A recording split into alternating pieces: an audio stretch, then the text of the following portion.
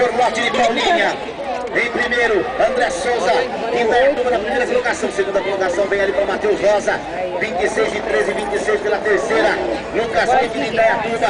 Na quarta colocação, Eduardo do lote de Paulinha. São os 4 primeiros dessa bateria. O primeiro grupo de 9 e 10 anos, novato. É bom que ele é bem aprender. Mas o Pedro soube sair direitinho, deu contorno e foi por cima. Semifinal, pra ele, sem som. Vai, Pedro!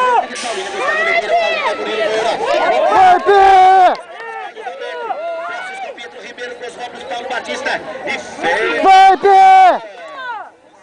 Aí com 58, Paulo Batista. Postos com Pietro. Opa, caiu um pilotinho ali. Cuidado, segunda grade.